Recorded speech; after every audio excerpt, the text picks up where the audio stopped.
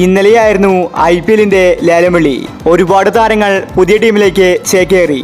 ലേലത്തിൽ ഏറ്റവും കൂടുതൽ വില കിട്ടിയത് മിച്ചൽ സ്റ്റാർക്കിനായിരുന്നു. 24 കോടിക്കാണ് കൊൽക്കത്ത സ്റ്റാർക്കിനെ വാങ്ങിയത്. അതുപോലെ തന്നെ പാറ്റ് കമിൻസിന് 20 കോടിയും കിട്ടി. ഒരുപാട് താരങ്ങൾ ഇന്നലെ അൺസോൾഡ് ആയിട്ടുണ്ടായിരുന്നു. അപ്പോൾ നമ്മൾ ഇന്നത്തെ വീഡിയോയിൽ നോക്കുന്നത് അൺസോൾഡ് ആയ പ്ലേയേഴ്സിനെ കുറിച്ചാണ്. അപ്പോൾ ഇതുപോലത്തെ IPL ന്യൂസിന് വേണ്ടി ഈ ചാനൽ മറക്കാതെ സബ്സ്ക്രൈബ് ചെയ്യൂ.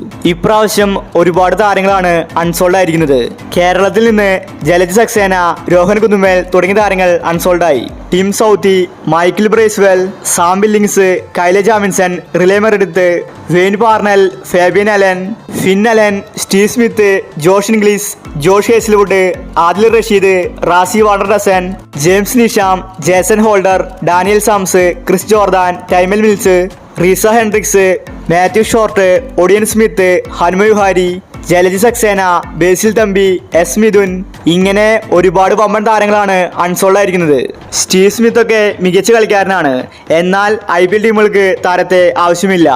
അതുപോലെ ജോഷ് ഹേസ്ൽവുഡും അൺസോൾഡായി. ഇനി ഈ താരങ്ങൾക്കൊന്നും തന്നെ IPL 2024 കളിക്കാൻ സാധിക്കില്ല.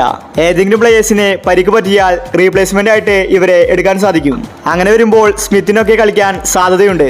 അതുപോലെ തന്നെ ഹേസിൽവുഡ് മികച്ചൊരു ബൗളറാണ്. എന്തായാലും IPL option അവസാനിച്ചിരിക്കുകയാണ്.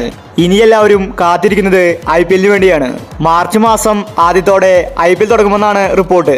RCB, Chennai, Mumbai, Rajasthan തുടങ്ങി എല്ലാ ടീമുകൾക്കും നല്ല പ്ലേയേഴ്സിനെ കിട്ടിയിട്ടുണ്ട്. ലേലത്തിൽ ഏറ്റവും കൂടുതൽ ലോട്ടറി അടിച്ചത് CSKയ്ക്കാണ്. വെറും 1,80,00,000 രവീന്ദ്രയെ CSKയ്ക്ക് കിട്ടി. ഷർദുൽ താക്കൂറും CSKയിലെത്തി. അപ്പോൾ അടുത്ത IPLൽ ഏത് ടീമായിരിക്കും കപ്പ് നേടാൻ പോകുന്നത്? നിങ്ങളുടെ അഭിപ്രായങ്ങൾ താഴെ കമന്റ് ചെയ്യൂ. ഇത്തരം IPL ന്യൂസിന് വേണ്ടി ഈ ചാനൽ മറക്കാതെ സബ്സ്ക്രൈബ് ചെയ്യൂ.